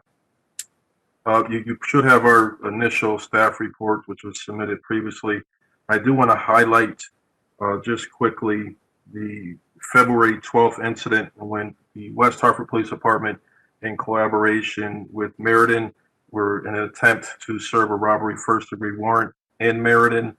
That individual ended up fleeing, running across the busy highway, and was unfortunately shot by the Meriden police officer in defense of himself. Fortunately, he did not pass away, but that was working with our police officers who were also there on scene with the Meriden police officer. The individual who was arrested did have a gun on him and turned towards the police officer and reached towards it, which precipitated the firing of the officer's weapon. So there's an example of what we're doing, whether it's in our town or assisting another town. And that warrant did start from incidents that occurred in West Hartford. If I can digress for 2 seconds, the fire department had some nice shiny documents with their PowerPoints. I do want you to know that the police department decided to save you from death from PowerPoint. And we also have a 27-page document with pictures of vehicles and everything else, but out of time and consideration, we chose just to have my brief report, but we also did a whole heck of a lot of work. All right. Next, we also utilized on March 1st a high-risk warrant. We were able to bring to fruition the conclusion of an extensive police investigation. Really proud of our officers, good old-fashioned police work. We actually had a stranger abduction / kidnapping. These are extremely rare. In my 28 years with my previous career and including here, I think this is probably the only one that I can think of that I've been involved with that was truly a stranger abduction. Normally, there's drugs associated with it. It's a relationship gone bad, some type of payback. Rarely is it a stranger. And our personnel, our detectives, our officers, we really started with nothing. And out of nothing, we're able to piece together a 16-page arrest warrant that was signed. And I see former Assistant Chief Robert McHugh. I want to tell you this. I forgot to mention this before. That was sent to a judge and the prosecutor, and that was signed without any corrections.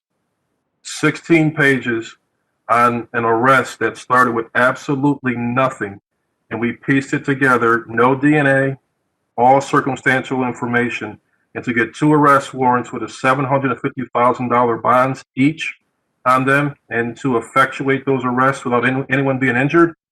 Kudos to our personnel, their dedication, their perseverance.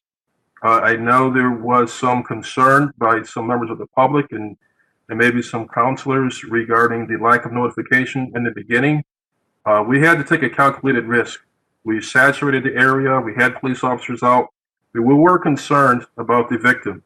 We wanted to try to capture the individual. We had to flesh out whether or not it actually was a stranger abduction or something else tied to this that we didn't know about.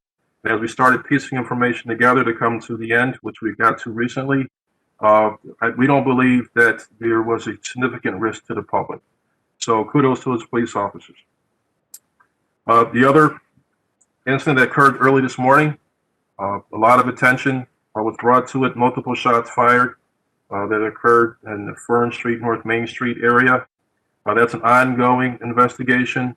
I know folks, residents, town councilors, myself, police department, FD, we're all very concerned regarding this.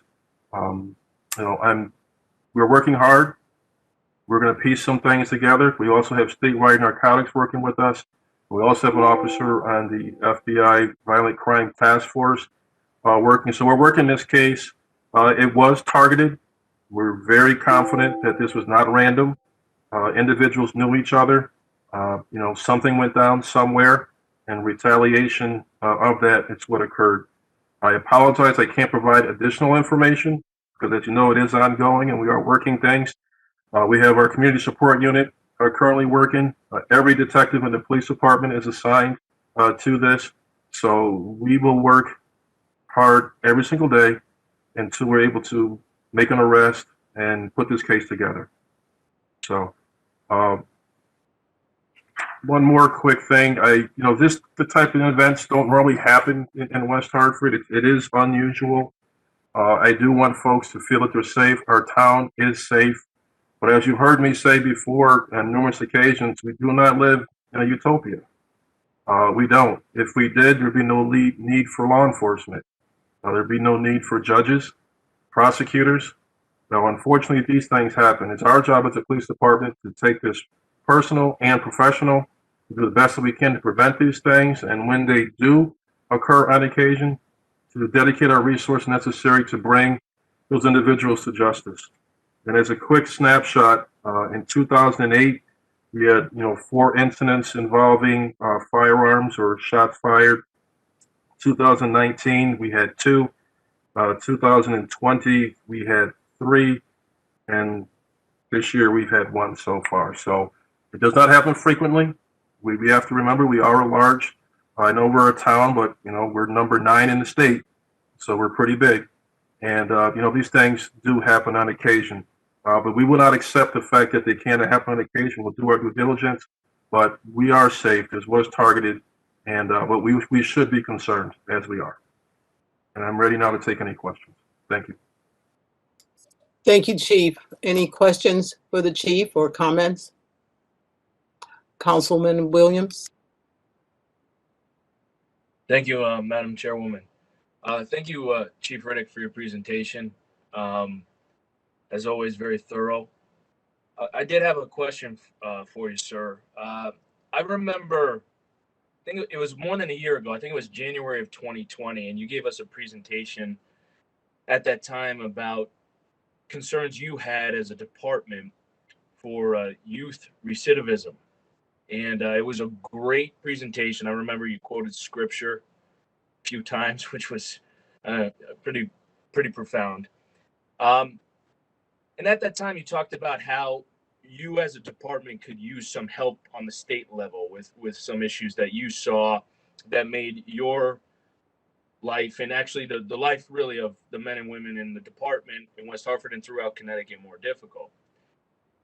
I know facts are developing with respect to what happened last night and then with the kidnapping. And let me just take one step back before I even go there. You talked about how at that point in January of 2020, there was a little bit of an escalation. And if I remember correctly, and of course you can correct me if I'm wrong, but you're talking about how at that time there were some car thefts with the recidivism, and then that grew into a carjacking. And you said candidly, and we all heard you, that unless you get some relief from the state, that kind of progression is bound to continue. And I totally agree with you at that time. And so when we fast forward to some of the events that have happened recently that have gotten media attention and are disturbing, as you say, what I think I know, and I may be wrong, is that some of the folks who have been involved, particularly with the kidnapping, had issues when they were minors. They may not be minors now, but they had issues when they were minors. And so, Chief, that's a long-winded way of me asking you, since you talked to us over a year ago about some relief you thought would be effective to help you at the state level, I don't think any has come. And is there something our legislature or our delegation at the state level could do to help you as we see these incidents? And they are rare, as you say, but they certainly are an escalation. So, sir, that's my question to you. Thank you. Madam Chair, Chief Riddick speaking. Thank you, Councilor Williams. I'll navigate carefully. I will say the individual who was arrested for the kidnapping had a prior arrest in another town for kidnapping. That individual also was either on probation or parole, involved in another aggravated assault and street robbery, and was still out on the street to commit the crime that occurred approximately a month or so ago. And that illustration will answer your question, and that's about as far as I'm willing to go, but that is certainly part of the problem. I can venture to say that probably COVID is contributing to the fact that maybe some people that would have remained incarcerated are not. But this started a couple of years ago. It didn't just start in 2020. Thank you, sir. Thank you, Chief Riddick. Any other questions for Chief Riddick or any comments? Ms. Chairman, this is Councilor Fay. May I ask a question, please? You may. Thank you so much. And thank you for your report again, Chief Riddick. That was great, as always. I was just wondering, and I might have missed something. Lord knows there's plenty of things that I do miss. But when that kidnapping did occur, seeing that there was a delay between when it happened and when you guys got the guy, thank God you did. That sounds like an incredible sleuthing job you did. But was there any notification, I don't recall any, that went to the public that we did have a sort of a stranger kidnapping or something? And I was just wondering, I'm sure there's police reasons, as you know, I come from a police family, why a lot of things aren't told to the public. But do we have a process where something would just alert folks that something like this occurred, and just to be a little bit more vigilant? Because, now that we know that was, I guess I'll call it random. You used a different word, stranger, I believe you used, but it wasn't something that was a related thing, targeted incident. I always err towards the side of letting folks know so that they can try to protect themselves if this predator was still loose in our town.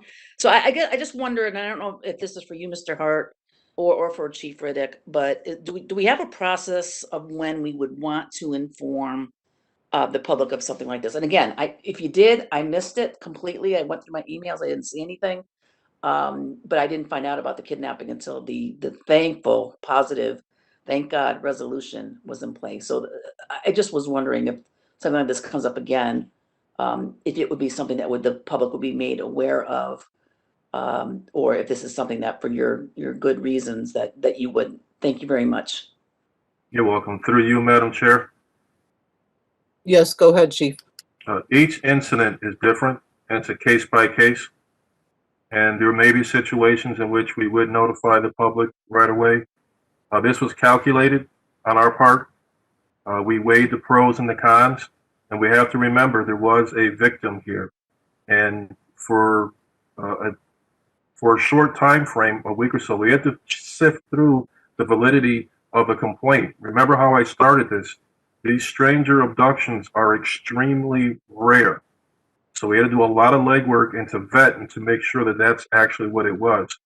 Now, although it was a stranger abduction, there was an element of targeting in there. I'll just leave it at that. But the people did not know each other. So we really do a lot of legwork to see what we had. So the actual window of exposure, if you will, we're only talking about 2 weeks. And we definitely had marked and unmarked vehicles out there in that entire area, doing surveillance and watching and to protect the public. So and again, without divulging too much, we started getting information, we were working a case, and we started building and building. Had we got totally struck out and had nothing for 2, 3, 4 weeks, at that point, I would have had a conversation. We would have made a notification because we weren't going anywhere and we didn't have anything. But due to the due diligence of the police officers, the detectives, we did start picking up on some things and working things early. So we had an idea where we were going and who we were going after. Thank you, Chief Riddick. Councilwoman Fay, any other questions? No, like I said, I know that there's always very, very good rationale and we shouldn't or don't have a need to know anything. I just was wondering if I had missed something in the past, because when I saw the resolution published, of course I was very pleased. I was very happy that the good police work that we always do resulted in something positive, but I just hadn't remembered seeing something earlier. So I just was trying to connect the dots. So thank you very much for that. And again, of course, I would never question neither Mr. Captain Priest or Chief Riddick on their decisions, because they need to have the flexibility and latitude to make those decisions on their own, and they don't need us, trying to come in over the top, micromanage. I just wanted to make sure that there wasn't something out there that I had missed. Thank you.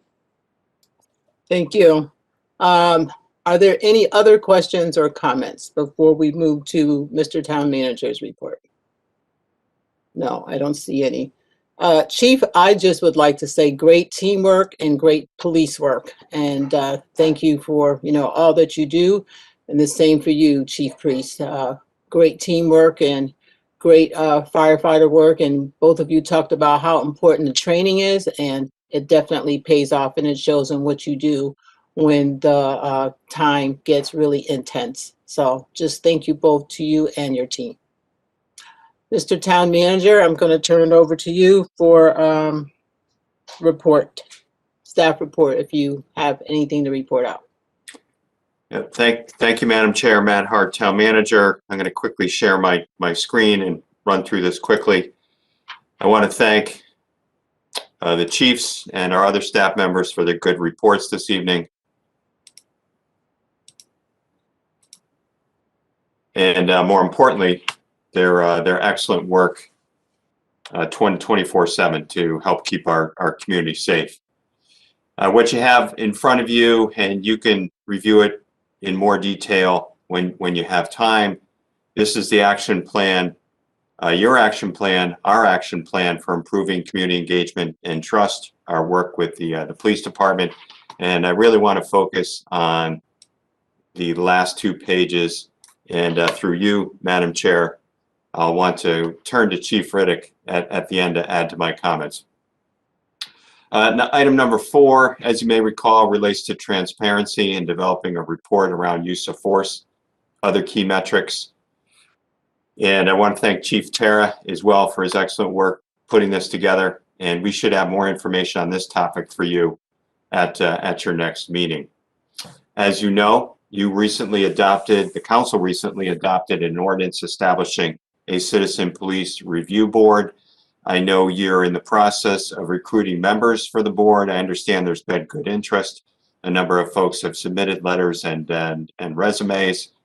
And Chief Tara and Chief Riddick have prepared a proposed training outline for my review that we are discussing, and I think will be a very useful tool for the review board members.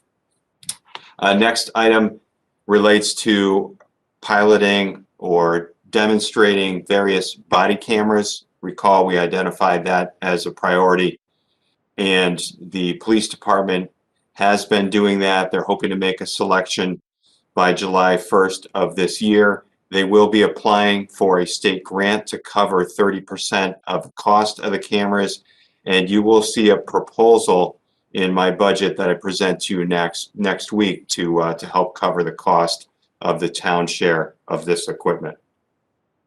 Item number 7 is the federal 1033 program, in which the federal government was donating military equipment to police departments across the nation. It was in existence for a period of years. We have decided to return the equipment we received under that program, and a number of departments nationally are trying to do this, and there's a bit of a backlog. We have not heard anything further from the military on that. Two more items, and these are the two I'm going to ask Chief Riddick to elaborate on once I'm done. Number 8 talks about reviewing the police department's responsibilities that arguably are more human services related, as much, or at least as much as they are law enforcement related. So the police department has been doing that, management has been doing that in consultation with social services. But recall, and again, in thanks due to Mayor Cantor's efforts, we now have a social worker from Interval House embedded in the police department. And I'd like the chief to talk a little bit about how that's working. And last but certainly not least, our goal around increasing minority hiring to better reflect our community's demographics. Chief can talk about our recent progress in that area as well. And before I turn things over to Chief Riddick, Madam Chair, I want to thank the council, the committee members for your time and attention. I know you give a lot of time and effort to these committee meetings. They are very important, and thank you for that. So I'll pause there, ask Chief Riddick to elaborate, and then we can take any questions you might have on the action plan. Thank you. Thank you, sir. Through you, Madam Chair, Chief Riddick. Jerida, if you can just pop that up again for 2 seconds, please. Oh, I'll do it. Okay, sir. Thank you. If we can go to page 1, number 2, box number 2, dealing with the use of force information. If we go to the next steps to the far right, recently Assistant Chief Tara was assigned to a use of force training subcommittee. This is important. I think you've heard me mention this in the past. I serve on, several boards and committees. It is taxing, but we have a seat at the table, which is extremely important. With Assistant Chief Tara, with his experience and knowledge, to be at the table as this curriculum is developed surrounding use of force gives us insight and a step ahead of the game to make sure we're getting the best training possible, and we have somebody there who's helping to structure that curriculum. So I want to thank Assistant Chief Tara for his willingness to serve on that committee and provide those services and direction to the PD. Specifically to the town manager's request on the last page with box number 8 and dealing with the Interval House and having a social worker embedded with the police department. Again, thanks to Madam Mayor. She put together this partnership, this relationship between the PD and Interval House. We now have a social worker embedded here. We're starting off now 1 day a week, and we'll assess and evaluate the needs. Normally, the social worker is here on Monday. The thought process behind that is you have your weekend, and people are home, hanging, partying, whatever, and many arrests occur over the weekend. This way, we have resources here on that Monday. She's here to assist the victims of domestic violence. And in addition, she also provides training to our police officers. When I say training, informing them on what Interval House does, the beds they can provide, the counseling they can provide for victims. As you heard me mention before, the Interval House program, shores up the holes between the law enforcement and social services. So, again, big thanks to Madam Mayor for that. We're also in the same realm with social services in a partnership with the police department. We are currently dealing with an individual with some mental health issues, without question would have fell through the cracks. We've had over 55, in 2020, we had 55 different interactions with him and over 11 arrests regarding this individual. Clearly, he is in crisis and needs help, but he hasn't done enough to be committed. And as far as his mental status, I'm not so sure. We're not so sure he really understands the nature of what he's doing. There's sexual assaults he's committed, breach of peace, trespassing, voyeurism, and in consultation and partnership with social services, I have to be very careful here, an entity was going to allow this individual back into society. Working together with social services, we're able to intervene, set up a meeting last week, which I attended, as well as Helen and some of her staff from social services, explained our concern, the quality of life issues involved with the residents of this area who were pretty much terrified of this individual. And now we were able to, quote unquote, force them or pressure them to find a facility for this individual, at least for now. We were told that this person might be released on this past Monday. I authored an email along with social services in collaboration and put out our concerns again in writing. And that was thwarted, and they're still trying to find something else for this individual. The bottom line, he needs help. If he does not get help, either he is going to get hurt or he's going to hurt somebody else. So this, again, it's another example. It's not really a police issue, but working with social services, we're able to get this person working collaboratively to help that they need. And lastly, Chief Priest mentioned some very good programs and things that he's been doing to increase diversity. You can read within here some of the things we continue to do with the police department. I will say since May of 2018 through now, 30% of our hires have been persons of color, and 26% of our hires have been women. So, we're getting there. We're doing better. The police department embraces diversity, additional outreach. It's a heavy lift. It really is, because there's some cultural things we have to get through on both sides, but there is progress. And there is light at the end of the tunnel. So thank you for your time, and I can answer any questions through you, Madam Chair. Thank you, Chief Riddick and Mr. Hart. Does anyone have any questions or any comments?